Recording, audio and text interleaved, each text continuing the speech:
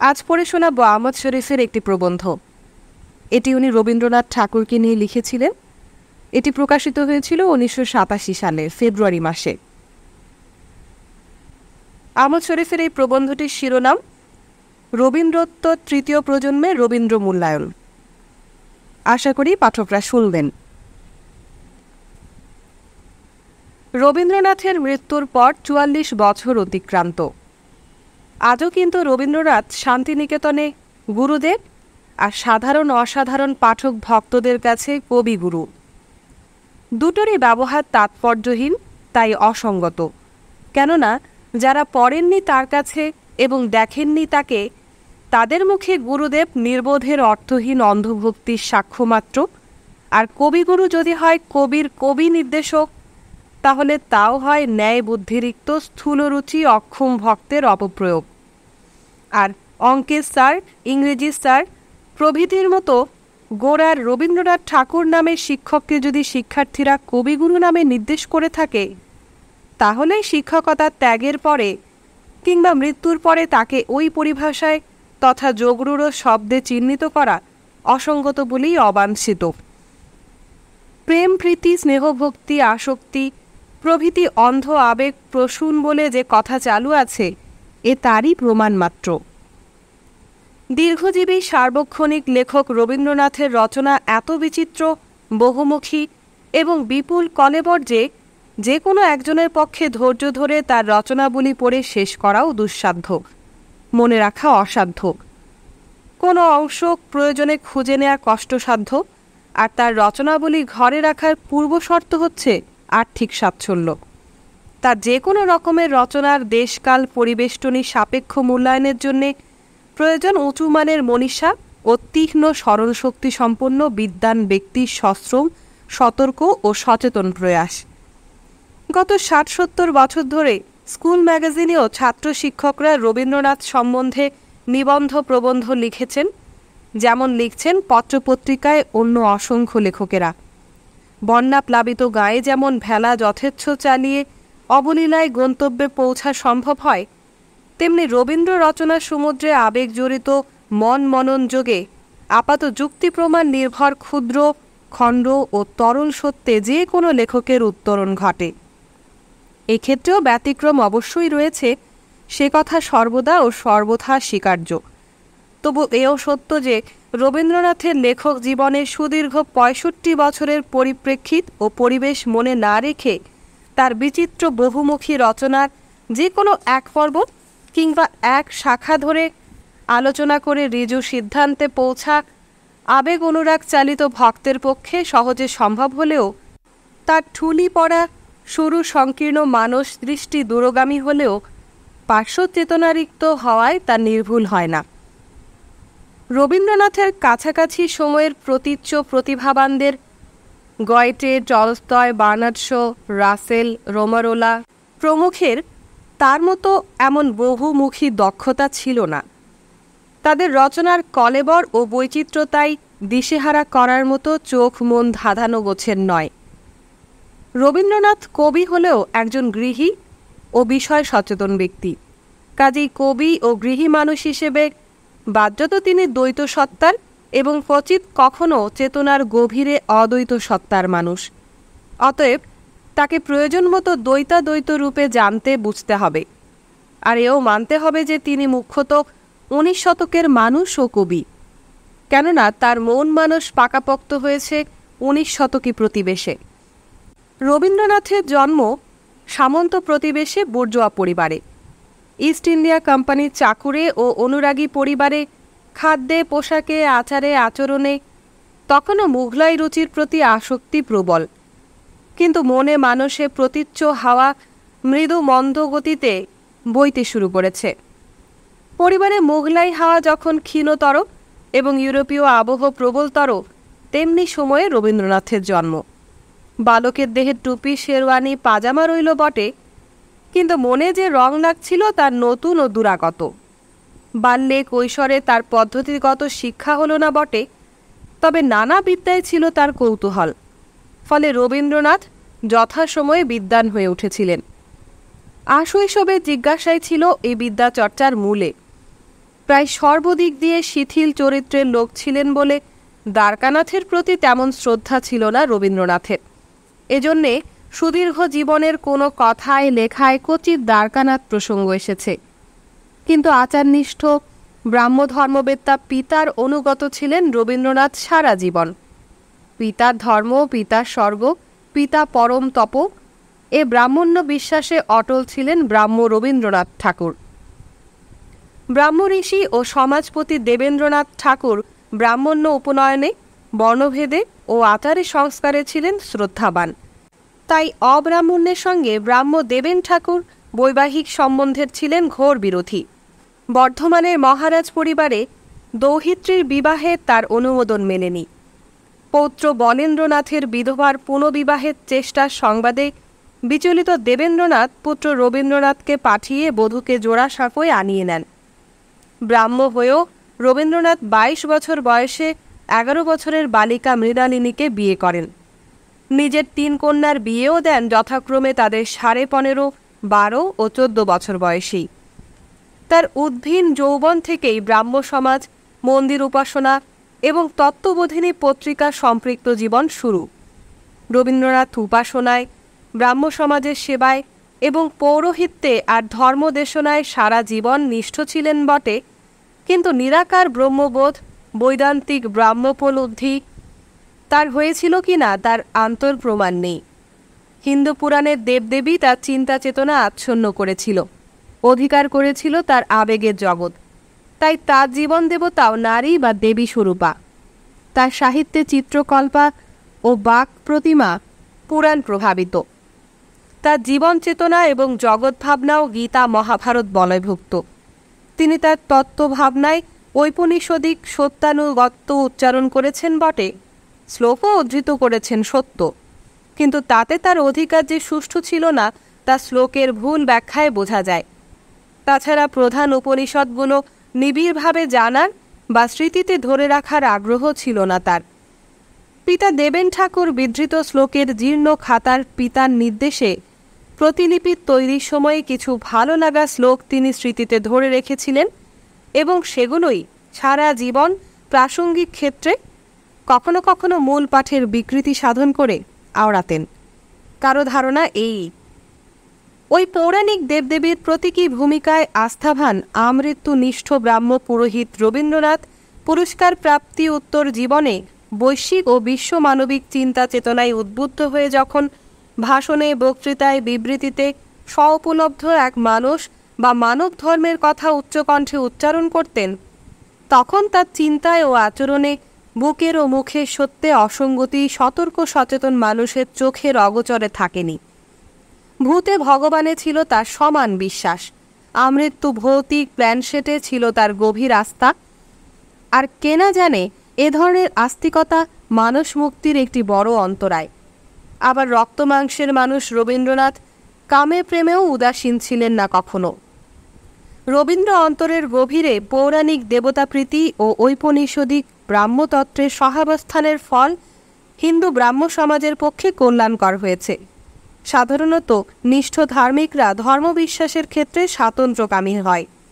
নিষ্ঠ ব্রাহ্ম রবীন্দ্রনাথেও এ স্বাতন্ত্র্য বাঞ্ছা প্রত্যাশিত ছিল, কিন্তু তিনি স্থির বিশ্বাসে দৃঢ় কণ্ঠে ব্রাহ্মরা যে হিন্দুই, স্বতন্ত্র জাতি বা সম্প্রদায় নয়, তাই উচ্চারণ করে ব্রাহ্মদেরকে উন্নয়ন হওয়ার চির দুর্ভাগ্য থেকে রক্ষা করেছিলেন। বাংলার প্রথম আধুনিক কবির মানস জগৎ ছিল গ্রিক সভ্যতার যুগ থেকে 17 শতকের ইউরোপ অবধিকালে ও স্থানে এবং পৌরাণিক ভারতে নিবদ্ধ। রবীন্দ্রনাথে দেখি প্রাচীন ভারতে ও আধুনিক তথা 19-20 শতকের ইউরোপে মানস বিচরণ।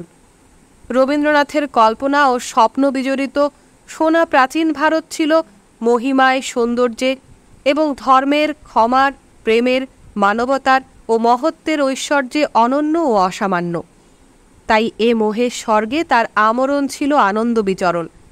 তার এ মোহ নিতান্ত স্থূল ও অযৌক্তিকভাবে তার বাস্তব জীবনকেও করেছিল প্রভাবিত। শহরে জমিদার নন্দন বিলেত ফেরত রবীন্দ্রনাথ তাই জনবিরল ঊষর গা ভুবনডাঙ্গায় পাতেন ডেরা, খোলেন খোলা আকাশের নিচে গাছতলা সম্বল, প্রথমে কেবল ব্রাহ্মর জন্যে, পরে বর্ণ হিন্দুর জন্যেও 1901 সনে ব্রহ্মবিদ্যালয় বা ব্রহ্মচর্যাশ্রম বিদ্যালয়। 20 শতকে তার আদর্শ ব্যবহারিক সভ্যতার শৈশবকালে সম্পদরিক্ত অক্ষম মানুষের বাহুল্য বর্জিত শীত গ্রীষ্ম বর্ষার পীড়ন কাতর আরণ্য ঋষির প্রকৃতি নির্ভর জীবনযাত্রা ও আশ্রম নামের পর্ণকুটির। অথচ শিক্ষাদানের ও গ্রহণের বিষয় ছিল একালের বিদ্যালয়ে পাঠ্য বিষয়গুলোই মানচিত্র, ব্ল্যাকবোর্ড, খাতা কলম, মুদ্রিত বই, যার আবশ্যিক অঙ্গ। সে কারণেই ছাদযুক্ত ঘর একান্ত প্রয়োজনীয়। এদিকে সমকালের ইউরোপীয় দর্শনে, বিজ্ঞানে, সাহিত্যে, শিল্পে, উদ্ভাবিত যন্ত্রে ও কৃৎকৌশলে, আবিষ্কৃত তথ্যে তার আকর্ষণ ছিল গভীর, পরিচয়ও ছিল নিবিড়, আর প্রভাব তো ছিল তার অশেষ।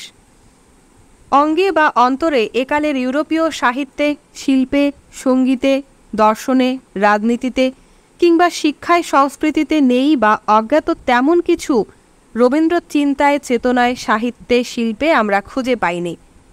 তবে যন্ত্রের ও কৃৎকৌশলের ক্ষেত্রে এই কালের জাপানিদের মতোই অনুকৃতির ও অনুস্মৃতির তথা স্বীকরণের, আত্মীকরণের বা সাঙ্গীকরণের বিস্ময়কর অনন্য অসামান্য শক্তিরই, যা রূপে ও নামে এবং অঙ্গে ও অন্তরে মৌলিক হয়েই প্রতিভাত, পরিচয় মেলে তার সাহিত্য, শিল্প, সঙ্গীতের ও মনন চিন্তনের ধারায়। তবু তার ভাব, চিন্তা, কর্ম ও আচরণে তার ইউরোপ চেতনার ও প্রাচীন ভারত চিন্তার সমন্বয় ঘটেনি কখনো। প্রাচ্য প্রতীচ্য, প্রাচী প্রতীচী তেল জলের মতোই অবিমিশ্র ও অসমন্বিত রয়েইছে। সূক্ষ্ম ও তীক্ষ্ণ দৃষ্টিতে তা স্পষ্ট হয়ে ওঠে। বাস্তবে রবীন্দ্র চিন্তার ও রবীন্দ্র মনীষার অনেক অসঙ্গতির কারণেই রবীন্দ্রচরিত মানুষ জানবার, বুঝবার জন্যে আরও কিছু আপাত তুচ্ছ বিষয় মনে রাখা জরুরি। 39 বছর বয়সে প্রাচীন ব্রাহ্মণ্য পৌরাণিক ঘটনা নিয়ে এবং বৌদ্ধ, রাজপুত, মারাঠা ও শিখ ইতিবৃত্ত উপকথা নিয়ে তিনি কথা ও কাহিনী কাব্য রচনা করেন। কিন্তু 750 বছরের পুরানো দেশজ কিংবা বিদেশাগত দরবেশ বা শাসক মুসলিমের কোনো ব্যক্তিগত কৃতি কিংবা গুণ, মান, মাহাত্ম্য তার কাব্য প্রেরণার উৎস হয়নি। এমনকি আকবর বাদশাহ কিংবা মঈনুদ্দিন চিশতি, রাজিয়া আনারকুলি নূরজাহানও নন। 600 বছর ধরে প্রবল প্রতাপ এমন এক বিদ্যা ও বিত্তবান জ্ঞানপ্রীতি কীর্তি বহুল জাতির বা সম্প্রদায়ের কিছুই তার তাজমহলই ব্যতিক্রম আবেগ উদ্রিক্ত করতে পারেনি। এতে মনে হয় বিদেশাগত এ শাসক গোষ্ঠীর প্রতি তার অন্তরের গভীরে প্রচণ্ড ঘৃণা, বিদ্বেষ বা স্থায়ী অশ্রদ্ধা ছিল। অথচ শাসক ইংরেজের প্রতি তার এ বিদ্বেষ দেখা যায় না, বরং বড় ইংরেজের প্রতি ছিল তার অপরিমেয় অনুরাগ ও গভীর আস্থা আর নিবিড় শ্রদ্ধা। তার রাজনীতি বিমুখতা, দেশে স্বশাসন ও স্বাধিকার প্রতিষ্ঠার আগ্রহাভাব, স্বাধীনতা আন্দোলনে নিরুৎসাহ প্রভৃতির কিছু কারণও জমিদার কবির ওই ইংরেজ প্রীতি। ঘরে বাইরে ও 4 অধ্যায় এবং কিছু প্রবন্ধ এ সূত্রে বক্তব্য। স্বশাসন ও স্বাধিকার প্রতিষ্ঠায় রবীন্দ্রনাথের আগ্রহ ছিল না। ব্রিটিশের সুশাসন ও সুপোষণের প্রত্যাশী ছিলেন তিনি। রাজকুটুম্ব, ঘুষোঘুষি, স্বদেশী সমাজ প্রভৃতি প্রবন্ধ স্মর্তব্য।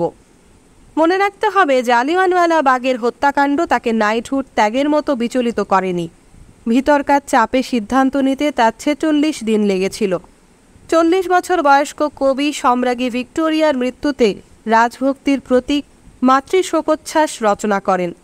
নাইট উপাধি পেয়ে আনন্দিত ও ধন্য হন এবং বঙ্গভঙ্গ রদ করায় সম্রাট পঞ্চম জর্জের উদ্দেশ্যে ভারতীয় হিন্দুর পক্ষে কৃতজ্ঞ কবি উচ্ছ্বসিত ভাষায় জনগণ মন অধিনায়ক প্রশস্তিটি 1911 সনে রচনা করেন। এও লক্ষণীয় যে গদ্যে পদ্যে কোনো রূপক সাংকেতিক রচনায় রবীন্দ্রনাথ রাজারানীর নিচে নামেননি। তার গল্পে উপন্যাসেও নেই গণমানব, রথের রশিতে কিংবা কালের যাত্রায়ও ছিল না জনগণের বুদ্ধি বিবেচনার প্রতি আস্থা। রক্তকরবেতেও রাজা ও রাজধ্বজা স্থানচ্যুত হয় বটে, কিন্তু সংখ্যায় চিহ্নিত মজুরের স্বাধিকার কিংবা মর্যাদা প্রতিষ্ঠিত হয় না। নাটকটির হাওয়াই তত্ত্বে ঘটে পরিসমাপ্তি। এতেই বোঝা যায় তার মনের গভীরে ছিল সামন্ত দাপটের মোহ।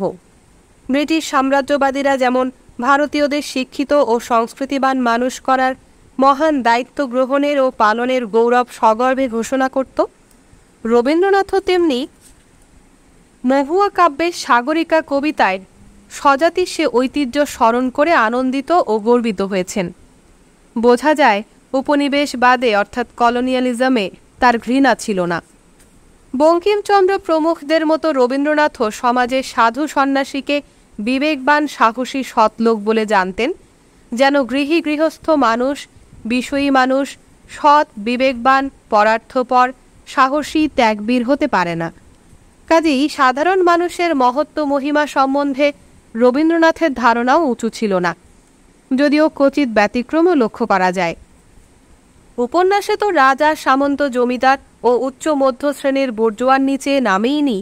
গল্পেও শাস্তির মতো নিরক্ষর চাষি মজুর শ্রেণীর জীবন কথা দুর্লভ। গল্পে প্রধানত বাহ্য আচরণ কিংবা ঘটনা বিভিন্ন অবস্থানের ব্যক্তিমনে যে ক্রিয়া প্রতিক্রিয়া সৃষ্টি করে তারই রূপস্বরূপ মনোবিজ্ঞানের ধারায় চিত্রিত করার প্রয়াসী ছিলেন প্রজ্ঞাপুষ্ট রবীন্দ্রনাথ। তার শেষ এবং অন্যতম শ্রেষ্ঠ গল্প ল্যাবরেটরি। সামন্ত, জমিদার, বুর্জোয়ার মিশ্র পরিবেশে তার শৈশব, বাল্য, কৈশোর অতিবাহিত বলেই সম্ভবত অমিত শক্তি ও মনীষাধর হয়েও ভাববাদী রবীন্দ্রনাথ রোমান্টিক জীবন বিলাসী। উদার মানবতা কিংবা মহৎ আদর্শ চেতনা ওই রোমান্টিক জীবন দৃষ্টির উপজাত অনুশীলনজাত নয়। জমিদার রবীন্দ্রনাথের নয় কেবল, ঠাকুর স্টেটেরই দান ধর্মের কোনো ঐতিহ্য নেই। এমনকি শাহজাদপুরে শিলাইদহে কিংবা পতিশরে প্রাথমিক বিদ্যালয়ে, সেতু নির্মাণে, খাল খননে, বাঁধ তৈরিতে অথবা অনাথাকে ভাতা দানে সুনাম নেই কোথাও। বরং হুমকি অগ্রাহ্য করে কাঙ্গাল হরিনাথ মজুমদার গ্রাম বার্তায় তাদের অত্যাচারে গা জ্বালিয়ে দেওয়ার বর্ণনা ছেপেছিলেন। অবশ্য রবীন্দ্রনাথের সারা জীবনের কর্মে আচরণে স্পষ্টই প্রমাণিত হয়েছে যে তার বৈষয়িক জীবনে কবি সুলভ কোনো সারল্য বা দুর্বলতা কিংবা অসতর্ক ঔদাসীন্য ছিল না। তাই শেষাবধি কেবল তারই বাড়িঘর ও জমিদারি অটুট ছিল। বিষয়ে রবীন্দ্রনাথ স্থির বুদ্ধির ও দৃঢ় বিশ্বাসের মানুষও ছিলেন। একক প্রয়াসে প্রযত্নে গায়ের প্রাথমিক বিদ্যালয়কে বিশ্বভারতী বিশ্ববিদ্যালয়ে উন্নীত করা কিংবা সুরুলে কৃষি খামার শ্রীনিকেতন প্রতিষ্ঠা করা অথবা কৃষি ব্যাংকের মাধ্যমে সমবায় ব্যবস্থার কৃষকদের আর্থিক উন্নতি সাধন প্রয়াস পরহিতব্রতী কর্মযোগী রবীন্দ্রনাথের পরিচয়। রবীন্দ্রনাথ বিরূপ সমালোচনাও সহ্য করতে পারতেন না। প্রতিবাদ করার লোক পাওয়া না গেলে বেনামে লিখে তিনি আত্মপক্ষ সমর্থন করতেন। রবীন্দ্রানুরাগী ও রবীন্দ্র স্নেহভাজন অন্নদাশঙ্কর রায় বলেছেন, রবীন্দ্রনাথ তার ত্রুটি, নিন্দা, কলঙ্কের সাক্ষ্য প্রমাণ সতর্ক প্রয়াসে অপসারিত বা বিনষ্ট করতেন। তা সত্ত্বেও তার ঘনিষ্ঠ সম্পর্কের সুশোভন সরকার তার প্রণাম প্রীতিরূপ দুর্বলতার কথা বলে গেছেন। তার সেজ ভাইয়ের পৌত্র শুভ ঠাকুর, শুভগেন্দ্রনাথ ঠাকুর, জমিদারি পরিচালনায় তার স্বার্থবুদ্ধির কথা বর্ণনা করেছেন। ৪৪ বছর অপগত, ভক্ত অনুরক্তের সংখ্যা হ্রাস পাচ্ছে, শিগগির শূন্য হয়ে যাবে। তখন নতুন প্রজন্মের মানুষ রবীন্দ্রনাথ সম্বন্ধে ভালো মন্দ মাঝারি যে কোনো তথ্য প্রমাণ পেলেই তা জনসমক্ষে তুলে ধরবে। তখন রবীন্দ্র মূল্যায়ন হবে নিরপেক্ষ। জীবন দৃষ্টির ও ন্যায় চেতনার পার্থক্য অবশ্য সেই নিরপেক্ষ পরিমাপেও থাকবে।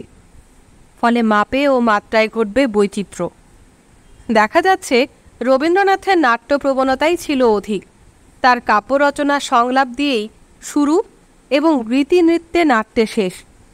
কবি কাহিনী, ভগ্নহৃদয় ও শেষের দিককার নৃত্যনাট্যগুলো স্মর্তব্য। তিনি জীবনে বহুবার এক নাটক ভেঙে ২-৩ নাটক করেছেন। উপন্যাসকে, কবিতাকে নাটক কিংবা নৃত্যনাট্য বানিয়েছেন, কাব্যনাট্য ও নাট্যকাব্য লিখেছেন। এদিক দিয়ে বিচার করলে তিনি নাটকই লিখেছেন বেশি, তুলনায় কবিতা কম। সঙ্গীতে ঐশ ও ঋতু সঙ্গীতই বেশি। স্বদেশ স্বজাতি প্রেমমূলক গান তুলনায় নিতান্ত কম। অধিকাংশই ১৯০৫ থেকে ৭ সনের হুজুগে রচনা। প্রেম গানে ও ব্রহ্ম বা পূজা সঙ্গীতে পার্থক্য সামান্য, সাদৃশ্যই বেশি। তাছাড়া ভাষা, ভঙ্গি, সুর ও বক্তব্যগত টুকরো পৌনপৌনিকতা রয়েছে অনেক। কোনো কোনো গানে লৌকিক প্রেম আকস্মিকভাবে ভগবৎ প্রেমে উত্তীর্ণ, ভূমির কথা সহসা ভূমায় অবসিত।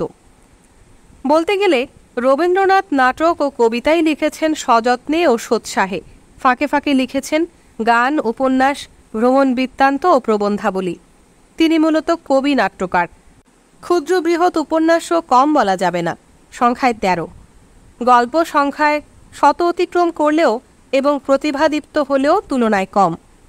সাহিত্যিক ও সমাজ ব্যক্তিত্ব হিসেবে এবং ব্রাহ্মনেতা ও পুরোহিত হিসেবে তাকে প্রবন্ধ লিখতে হয়েছে বহু ও বিবিধ বিষয়ে। তাছাড়া নানা আহ্বানে সাড়া দিয়ে তৈরি করতে হয়েছে অনেক ভাষণও। সর্বোপরি রয়েছে তার অজস্র পত্রাবলী, ওইগুলো বস্তুত আরেক জগৎ, বলা চলে জীবনের টিকাভাষ্য। এভাবে তার সুদীর্ঘ জীবনে তার লেখার সামষ্টিক, সামূহিক ও সামগ্রিক কলেবর হয়েছে বিপুল বিশাল। পাঠক তাই বিব্রত, বিমুগ্ধ এবং প্রায়শই দিশেহারা। ফলে তার রচনা সমুদ্র সাঁতরানো কিংবা তার পরিমাপ পাওয়া অনেকের পক্ষেই অসম্ভব। দুঃসাহসী দৃঢ়প্রতিজ্ঞও প্রায়ই দিকপাশ বিভ্রান্ত হয়েও স্বসিদ্ধান্তের নির্ভুলতা গর্বে স্বস্তি সুখ পায় মাত্র। এই সুবিশাল রচনায় কিছু কৃত্রিম, কিছু অকৃত্রিম, কিছু বুকের, কিছু মুখের, অনেকটা আবেগের, কিয়দংশ স্থির মননের, বক্তব্যের বহুলাংশ তত্ত্বের, অনেকাংশ আবেগের এবং বেশ খানিকটা বাস্তবের দান। রবীন্দ্রনাথ মূলত কী বা কে?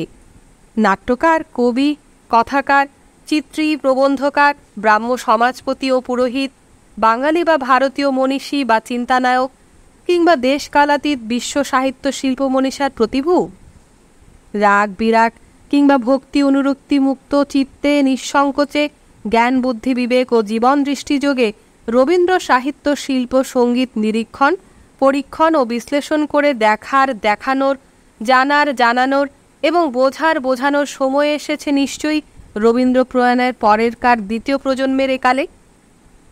এতে রবীন্দ্রনাথের গুণ মান মাহাত্ম্য কমবে না, বরং সঠিক মূল্যায়নে মহাকাল প্রবাহে তার স্থিতি সুদৃঢ় ও সুনিশ্চিত হবে শেক্সপিয়ারের মতো। নাটকের বিষয়ও নয়, ভাবভঙ্গি কিংবা আঙ্গিকও নয়, শেক্সপিয়ারকে অমর অজর অটল রেখেছে ও তার রচনাকে পাঠযোগ্য ও দর্শন সুখবর রেখেছে বিভিন্ন অবস্থায় ও অবস্থানে মানব মনের ও আচরণের ক্রিয়া প্রতিক্রিয়া জানা, বোঝার ও প্রকাশের অনন্য অসামান্য শক্তির, মনীষার ও প্রজ্ঞার জন্যেই। অমিত শক্তিধর রবীন্দ্রনাথেও ছিল ভার্সেটিলিটি, অতুল্যতা ও অসামান্যতা। যুক্তির ও যন্ত্রের দ্রুত বর্ধমানে যুগেও মানবতার বিকাশকামী সামন্ত সুখপ্রবণ ভাববাদী রোমান্টিক উদার বুর্জোয়া রবীন্দ্রনাথ সুখ স্বস্তি সমবেদনা ও আনন্দকামী মানুষের কর্মহীন নিঃসঙ্গ নিভৃত জীবনের উদাস মুহূর্তের অন্তঃসঙ্গী হয়ে যে থাকবেন কবিতার ও গানের ভুবনে আরও অন্তত শতাব্দী ঊর্ধ্বকাল, তা বোধ হয় নিঃসংশয়ে বলা চলে। এ নিঃসঙ্গ নিভৃত অনুভবের জগতেই তার কাঙ্ক্ষিত ও প্রত্যাশিত পরিচিতি আমি তোমাদেরই লোক, সেই পরিচয় মোর সত্য হোক, বাস্তব হয়ে থাকবে। অবশ্য কালান্তরেও যদি তার রচনাবলী লোকের হাতের কাছে থাকে, আর তারা যদি আজকের মতো আগ্রহে পড়ে। রবীন্দ্রনাথ জন স্টুয়ার্ট মিলের 55 বছর এবং কার্ল মার্কসের 43 বছর পরে জন্মেছিলেন। কৌতূহল থাকলে কৈশোরে লন্ডনে তাকে দেখতেও পেতেন। তবু এদের কোনো প্রভাব পড়েনি তার ওপর। যদিও রবীন্দ্রনাথ সামান্য ক্ষতির গভীরতা, চণ্ডালিকার অপমান, উপেনের সর্বনাশ, পাতালপুরীর মজুরদের দুঃখ, রথের রশিওয়ালাদের গণদাবি, অচলায়তনের ক্ষতি, মুক্তধারার প্রয়োজন জানতেন ও বুঝতেন এবং বুয়র যুদ্ধে ব্রিটিশ বর্বরতার ক্ষুব্ধ হয়েও, চীনের আফিম যুদ্ধের নিন্দা করেও, রাশিয়ার রুশ বিপ্লবের কার্যকারিতা প্রত্যক্ষ করেও মানুষের জীবন জীবিকা ক্ষেত্রে ক্ষুধ পিপাসার সাম্য কিংবা ক্ষুধা তৃষ্ণা পূরণের মৌল মানবিক অধিকার না হোক জৈবিক প্রয়োজনে উপলব্ধি করেননি। তাই তিনি যখন চাষি মজুরের চাষি মজুর কবির জন্যে যে আছে মাটির কাছাকাছি তেমন কবির বাণীর জন্যে কান পেতে আপোষ করেন, তখন তা বিদ্রূপ কি সৌজন্য বোঝা যায় না। তাই আমৃত্যু তার আস্থা রয়ে গেল লোকোপকারের সামন্ত সনাতন পন্থায়, অর্থাৎ দান অনুদানে, দয়া দাক্ষিণ্যে, কৃপা করুণায়, ব্যক্তিগত বা যৌথভাবে লোকহিত করার রীতিতে পারত্রিক পুণ্যার্জন লক্ষ্যে। এমনকি তিনি জমিদারি প্রথা উচ্ছেদেরও ছিলেন ঘোর বিরোধী। বলেছেন, জমিদারি উঠে গেলে গাঁয়ের লোকেরা জমি নিয়ে লাঠালাঠি, কাড়াকাড়ি ও হানাহানি করে মরবে। রায়তের কথার ভূমিকা দ্রষ্টব্য। বাস্তব জীবনের রূঢ় চাহিদার গুরুত্ব ভোলানোর জন্যে তিনি বাঁধা কয়েকটি শ্লোক উচ্চারণ করে আধ্যাত্মিক বাতাবরণ সৃষ্টি করে পাঠককে আকাশচারিতায় করতেন উৎসাহিত। এ বিশ্বেরে দেখি তার সমগ্র স্বরূপে, এ হচ্ছে কবির বাস্তবে অসফল আকাঙ্ক্ষার কথা। বস্তুত 50 বছরে পৌঢ় হওয়া অবধি কলমের ডগায় দু চারটি মহৎ কথা কিংবা সত্য কথা ফাঁকে ফোকরে খসে পড়লেও কিংবা মুখ থেকে ফসকে বের হলেও সমাজক্ষেত্রে রবীন্দ্রনাথ ছিলেন প্রায় সব দিক দিয়েই তার জ্যেষ্ঠ সমকালীন নাস্তিক মুক্তবুদ্ধি অনন্য বিদ্যাসাগরের চেয়ে কম প্রগতিশীল চিন্তা চেতনার লোক, এবং তিনি ছিলেন বঙ্কিমচন্দ্রের চেয়েও বেশি রক্ষণশীল ও অনুদার। আমাদের মনে হয় সামগ্রিকভাবে জীবন ভাবনার ও জগৎ চেতনার ক্ষেত্রে বঙ্কিমচন্দ্র রবীন্দ্রনাথের চেয়ে প্রগ্রসর ও উঁচুমানের চিন্তা চেতনার অধিকারী ছিলেন। লোকরহস্য, কমলাকান্তের দপ্তর ও বিভিন্ন প্রবন্ধাবলী তার প্রমাণ। নোবেল পুরস্কারের মান রক্ষার খাতিরেই রবীন্দ্রনাথকে বৈশ্বিক ও বিশ্বমানবিক চিন্তা চেতনার অনুশীলন করতে হয়েছে। তার দীর্ঘায়ু তাকে এই সুযোগ সৌভাগ্য দিয়েছে। পুরস্কার প্রাপ্তির পরে তিনি সুদীর্ঘ 28 বছর বেঁচে ছিলেন। তার আগে বাল্যকৈশোরের যৌবনের মধ্যবয়সের জীবন দেবতা চালিত কাঁচা পাকা লেখায় 19 শতক ও এই শতকের 1 দশক কেটেছে বটে, প্রায় সমসংখ্যক বছরব্যাপী কিন্তু পরিচ্ছন্ন ও পরিপক্ক জ্ঞান প্রজ্ঞা, মন মনন এবং মনীষা ও নৈপুণ্য নিয়ে বিশ্ববোধ অন্তরে জাগ্রত রেখে লিখেছেন জীবনের স্বর্ণযুগে 28 বছর ধরে।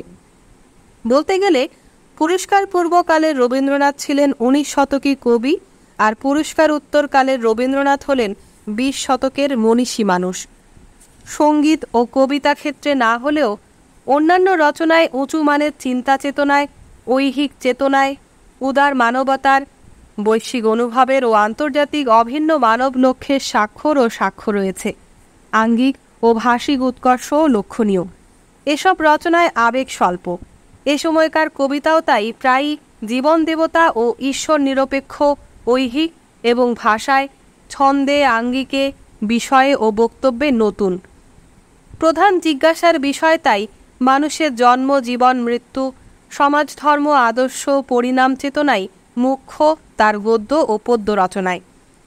এসব কবিতা আবেগ অনুভূতি প্রধান নয়, মনীষাদীপ্ত ও দার্শনিক তত্ত্বপ্রধান, ইতিহাস চেতনা পুষ্ট ও বৈজ্ঞানিক তথ্যঋদ্ধ সত্যোপলব্ধি মাত্র। তখন তিনি কবি দার্শনিক নন, দার্শনিক কবি, জার্নাল রচক, অভিজ্ঞতা ঋদ্ধ জার্নালিস্ট, বেত্তা ও বক্তা, মুখ্যত মনীষী, গৌণত কবি। কবি ও গল্প লেখক হিসেবেই তিনি পাঠকপ্রিয় হলেও তার গানের প্রভাবও শ্রোতাচিত্তে গভীর, আর তার নাটক, উপন্যাস এবং প্রবন্ধও করেছে জনচিত্ত প্রভাবিত। শেষাবধি তার মনীষাদীপ্ত লেখাই তাকে বিশ্বের অন্যতম কবি মনীষীর আসনে প্রতিষ্ঠিত করেছে, যদিও ইউরোপে ইদানিং তিনি অপঠিত ও বিস্মৃত। তার প্রবন্ধগুলো আবেগজড়িত ও উপমাদি আলংকারিক যুক্তিখচিত বলে পাঠককে আবিষ্ট করে বটে, তবে তার সিদ্ধান্ত কচিত ন্যায় নির্ভর। অতএব রবীন্দ্রনাথ সম্বন্ধে ব্যক্ত, অব্যক্ত, সত্য মিথ্যা, লঘুগুরু অনেক অনুযোগ অভিযোগ রয়েছে। খোঁজও মিলেছে তার রচনায় অনেক অপূর্ণতার ও ত্রুটির। সবচেয়ে বড় ক্ষোভ অভিযোগ এ যুগের পাঠকের তার বিরুদ্ধে, তিনি গণমানবের কল্যাণকামী ছিলেন না, ছিলেন না দেশ কালানুক সামাজিক, রাষ্ট্রিক, আর্থিক, সাংস্কৃতিক জীবনের চাহিদা ও সমস্যা সচেতন। তার কাছে যা বাঞ্ছিত ছিল, যা প্রত্যাশিত ছিল তা মেলেনি। সামন্ত জমিদার বেনে বুর্জোয়া ঘরে তার জন্ম। এত বড় মনীষার ও মনস্বিতার অধিকারী হয়েও বিদ্যা ও ভ্রমণযোগে সমকালীন বিশ্ব সমস্যা উপলব্ধি ও সমাধান অনুমান করেও তিনি সেই সামন্ত জমিদার বেনে মানুষ পরিবেষ্টনী পরিহার করে দেশের, কালের ও মানুষের চিন্তানায়ক হতে পারলেন না। আমৃত্যু তার মানসের মৌল পরিবর্তন হয়নি জীবনের কোনো ক্ষেত্রেই। তার জীবনরস ও জগৎদৃষ্টি এই শিকড়ই সরবরাহ করেছে। আফসোস এখানেই। তার লঘু গুরু ত্রুটি বিচ্যুতি, মন মননের সীমাবদ্ধতা বিমুগ্ধ বিমূঢ় ভক্ত অনুরক্তেরা এতকাল চেপে রেখেছেন, অন্য কেউ উচ্চারণ করতে চাইলেও মারমুখ হয়ে উঠেছেন। প্রমাণ 60-এর দশকে বুদ্ধদেব বসুকে এবং ইদানিং সুশোভন সরকারকে ও শুভ ঠাকুরকে অনেক গালমন্দ শুনতে হয়েছে, আর 50-এর দশকে কমিউনিস্টরাও হয়েছিল নিন্দিত রবীন্দ্র বিরোধিতার জন্যে। রবীন্দ্রত্ব তৃতীয় প্রজন্মেও যদি আমরা রবীন্দ্র মূল্যায়নে কেবল আবেগকেই প্রশ্রয় দিই, অনুরাগ সম্বল আলোচনায় মত্ত থাকি, তাহলে আমাদের সাহিত্য শিল্পরুচির বিকাশ ও উৎকর্ষ কেবল ব্যাহত হবে। আমাদের মন, বুদ্ধি, রুচি, জ্ঞান, প্রজ্ঞা, মনীষা থাকবে বন্ধা। অথচ রবীন্দ্রনাথের গুণমান, মাহাত্ম্য, তার সাহিত্য শিল্পের মূল্যমর্যাদা তাতে বৃদ্ধি পাবে না কখনো, এবং তার রচনার বহুলাংশের উপযোগ রিক্ততা, কালিক ম্লানিমা, জীর্ণতা ও বিনাশ বিস্মৃতিও রোধ করা যাবে না। রবীন্দ্রনাথেরও ভাব, ভাষা, ছন্দ, ভঙ্গি, বানান, বাক্য, বক্তব্য সব কিছুই একদিন হয়ে যাবে অশ্রদ্ধেয় সেকেলে। যেমন শিক্ষক শিক্ষার্থীর ক্লাসরুমের বাইরে মধুসূদন বিস্মৃত এবং তার রচনাবলী অপঠিত।